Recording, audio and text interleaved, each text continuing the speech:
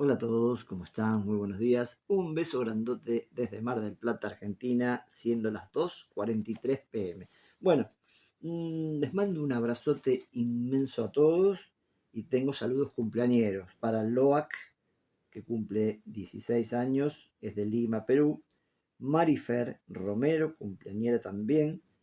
Jesús Garza Morales, de Monterrey y Abdiel Andino de Honduras. A todos los cumpleañeros, muchas felicidades. Bueno, hoy tengo un cuento que para mí es un cuentazo espectacular, muy lindo. Es del maestro Edgar Allan Poe. Se titula Eleonora.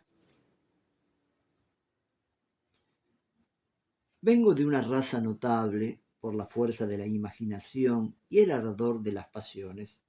Los hombres me han llamado loco, pero todavía no se ha resuelto la cuestión de si la locura es o no la forma más elevada de la inteligencia, si mucho de lo glorioso, si todo lo profundo, no surgen de una enfermedad del pensamiento, de estados de ánimo exaltados a expensas del intelecto general. Aquellos que sueñan de día conocen muchas cosas que escapan a los que sueñan solo de noche.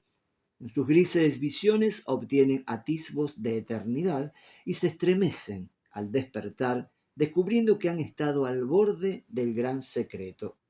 De un modo fragmentario aprenden algo de la sabiduría propia y mucho más del mero conocimiento propio del mal. Penetran, aunque sin timón ni brújula, en el vasto océano de la luz inefable, y otra vez, como los aventureros del geógrafo Nubio, agresi sunt mare tenebrarum quidin eo esset exploraturi. Diremos, pues, que estoy loco. Concedo, por lo menos, que hay dos estados distintos en mi existencia mental: el estado de razón lúcida que no puede discutirse y pertenece a la memoria de los sucesos de la primera época de mi vida, y un estado de sombra y duda que pertenece al presente y a los recuerdos que constituyen la segunda era de mi existencia. Por eso, crean lo que contaré del primer período y a lo que pueda relatar del último. Concédanme tan solo el crédito que merezca, o duden resueltamente, y si no pueden dudar, hagan lo que Edipo ante el enigma. La amada de mi juventud, de quien recibo ahora con calma claramente estos recuerdos, era la única hija de la hermana de mi madre, que había muerto hacía largo tiempo. Mi prima se llamaba Eleonora. Siempre habíamos vivido juntos bajo un sol tropical en el valle de la hierba irisada.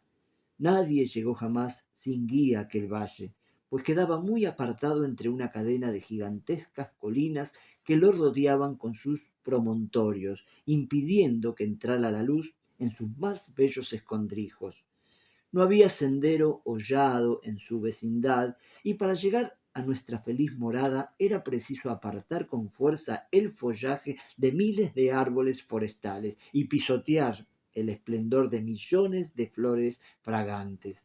Así era como vivíamos solos, sin saber nada del mundo fuera del valle, yo, mi prima y su madre. Desde las confusas regiones más allá de las montañas, en el extremo más alto de nuestro circundado dominio, se deslizaba un estrecho y profundo río, y no había nada más brillante salvo los ojos de Leonora.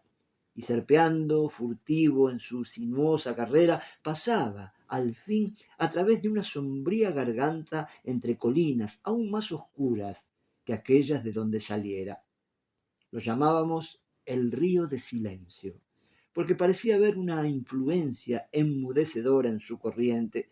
No brotaba ningún murmullo de su lecho y se deslizaba tan suavemente que los aljofarados guijarros que nos encantaba contemplar en lo hondo de su seno no se movían. En quieto contentamiento, cada uno en su antigua posición, brillando gloriosamente para siempre. Las márgenes del río y de los numerosos arroyos deslumbrantes que se deslizaban por caminos sinuosos hasta su cauce, así como los espacios que se extendían desde las márgenes descendiendo a las profundidades de las corrientes, hasta tocar el lecho de guijarros en el fondo, esos lugares, no menos que la superficie entera del valle, desde el río hasta las montañas que lo circundaban, estaban todos alfombrados por una hierba suave y verde, espesa, corta, perfectamente uniforme y perfumada de vainilla, pero tan salpicada de amarillos ranúnculos, margaritas blancas, purpúreas, violeta y asfódelos, rojo rubí, que su excesiva belleza hablaba a nuestros corazones con altas voces del amor y la gloria de Dios. Y aquí y allá, en bosquecillos entre la hierba como selvas de sueño, brotaban fantásticos árboles cuyos altos y esbeltos troncos no eran rectos, mas se inclinaban graciosamente hacia la luz que asomaba a mediodía en el centro del valle. Las manchas de sus cortezas alternaban el vívido esplendor del ébano y la plata, y no había nada más suave salvo las mejillas de Eleonora. De modo que de no ser por el verde vivo de las enormes hojas que se derramaban desde sus cimas en largas líneas trémulas, retozando con los céfiros, podría habérselos creído gigantescas serpientes de Siria rindiendo homenaje a su soberano, el sol. Tomados de la mano durante 15 años, erramos Eleonora y yo por ese valle antes de que el amor entrara en nuestros corazones. Ocurrió una tarde, al terminar el tercer lustro de su vida y el cuarto de la mía, abrazados junto a los árboles serpentinos, mirando nuestras imágenes en las aguas del río de silencio.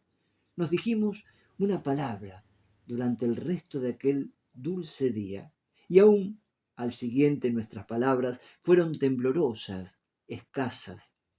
Habíamos arrancado al dios Eros de aquellas ondas y ahora sentíamos que había encendido dentro de nosotros las ígneas almas de nuestros antepasados. Las pasiones que durante siglos habían distinguido a nuestra raza llegaron en tropel con las fantasías por las cuales también era famosa, y juntos respiramos una dicha delirante en el valle de la hierba irisada. Un cambio sobrevino en todas las cosas. Extrañas, brillantes flores estrelladas brotaron en los árboles donde nunca se veían flores. Los matices de la alfombra verde se ahondaron y mientras una por una desaparecían las blancas margaritas, brotaban en su lugar de a 10 los asfódelos rojo rubí. Y la vida surgía en nuestros senderos, pues altos flamencos, hasta entonces nunca vistos, y todos los pájaros gallos resplandecientes desplegaron su plumaje escarlata entre nosotros. Peces de oro y plata frecuentaron el río, de cuyo seno brotaba poco a poco un murmullo que culminó al fin en una arrulladora melodía más divina que la del arpa eólica, y no había nada más dulce salvo la voz de Eleonora. Y una nube voluminosa que habíamos observado largo tiempo en las regiones del Éspero flotaba en su magnificencia de oro y carmesí, y difundiendo paz sobre nosotros, descendía cada vez más, día a día, hasta que sus bordes descansaron en las cimas de las montañas, convirtiendo toda su oscuridad en esplendor y encerrándonos como para siempre en una mágica casa prisión de grandeza y de gloria. La belleza de Eleonora era la de los serafines, pero ella una doncella natural e inocente, como la breve vida que había llevado entre las flores. Ningún artificio disimulaba el fervoroso amor que animaba su corazón, y examinaba conmigo los escondrijos más recónditos mientras caminábamos juntos por el valle de la hierba irisada y discurríamos sobre los grandes cambios que se habían producido en los últimos tiempos. Por fin, habiendo hablado un día entre lágrimas del último y triste camino que debe sufrir el hombre, en adelante se demoró Eleonora en este inicio tema doloroso, vinculándolo con todas nuestras conversaciones, así como en los cantos del bardo de Shiraz, las mismas imágenes se encuentran una y otra vez en cada grandiosa variación de la frase. Vio el dedo de la muerte posado en su pecho y supo que, como la efímera, había sido creada perfecta en su hermosura sólo para morir, pero para ella los terrenos de tumba se reducían a una consideración que me reveló una tarde a la hora del crepúsculo, a orillas del río de silencio. Me dolía pensar que una vez sepultada en el valle de la hierba irisada, yo abandonaría para siempre aquellos felices lugares, transfiriendo el amor entonces tan apasionadamente suyo a otra doncella del mundo exterior y cotidiano. Y entonces allí me arrojé precipitadamente a los pies de Eleonora y juré ante ellas y ante el cielo que nunca me uniría en matrimonio con ninguna hija de la tierra, que en modo alguno me mostraría desleal a su querida memoria o a la memoria del abnegado cariño cuya bendición había yo recibido. Y apelé al poderoso amo del universo como testigo de la piadosa solemnidad de mi juramento, y la maldición de él o de ella, santa en el Elíseo, que invoqué si traicionaba aquella promesa, implicaba un castigo tan horrendo que no puedo mentarlo. Y los brillantes ojos de Eleonora brillaron aún más al oír mis palabras, y suspiró como si le hubieran quitado del pecho una carga mortal, y tembló y lloró amargamente, pero aceptó el juramento, pues qué era sino una niña, y el juramento la alivió en su lecho de muerte. Y me dijo, pocos días después, en tranquila agonía, que en pago de lo que yo había hecho para confortación de su alma, velaría por mí en espíritu después de su partida, y si le era permitido volvería en forma visible durante la vigilia nocturna, pero si ello estaba fuera del poder de las almas en el paraíso, por lo menos me daría frecuentes indicios de su presencia, suspirando sobre mí en los vientos vesperales o colmando el aire que yo respirara con el perfume de los incensarios angélicos. Y con estas palabras en sus labios sucumbió su inocente vida, poniendo fin a la primera época de la mía. Hasta aquí he hablado con exactitud, pero cuando cruzo la barrera que en la senda del tiempo formó la muerte de mi amada y comienzo con la segunda era de mi existencia, siento que una sombra se espesa en mi cerebro y duda de la perfecta cordura de mi relato. Mas déjenme seguir. Los años se arrastraban lentos y yo continuaba viviendo en el valle de la hierba irisada, pero un segundo cambio había sobrevenido en todas las cosas. Las flores estrelladas desaparecieron de los troncos de los árboles y no brotaron más. Los matices de la alfombra verde se desvanecieron y uno por uno fueron marchitándose los asfódelos rojo rubí, y en lugar de ellos brotaron de a 10 oscuras violetas como ojos que se retorcían desasosegadas y estaban siempre llenas de rocío. Y la vida se retiraba de nuestros senderos, pues el alto flamenco ya no desplegaba su plumaje escarlata ante nosotros, mas voló tristemente del valle a las colinas, con todos los gallos, pájaros brillantes que habían llegado en su compañía. Y los peces de oro y plata nadaron a través de la garganta hasta el confín más hondo de su dominio, y nunca más adornaron el dulce río. Y la arrulladora melodía, más suave que el arpa eólica y más divina que todo, salvo la luz de Eleonora, fue muriendo poco a poco en murmullos cada vez más sordos, hasta que la corriente tornó al fin a toda la solemnidad de su silencio originario. Y por último, la voluminosa nube se levantó y, abandonando los picos de las montañas a la antigua oscuridad, retornó a las regiones del Éspero y se llevó sus múltiples resplandores dorados y magníficos del valle de la hierba irisada. Pero las promesas de Eleonora no cayeron en el olvido, pues escuché el balanceo de los incensarios angélicos y las olas de un perfume sagrado flotaban siempre en el valle, y en las horas solitarias, cuando mi corazón latía pesadamente. Los vientos que bañaban mi frente me llegaban cargados de suaves suspiros y murmullos confusos. Llenaban a menudo el aire nocturno. Y una vez, ah, pero solo una vez, me despertó de un sueño, como el sueño de la muerte, la presión de unos labios espirituales sobre los míos.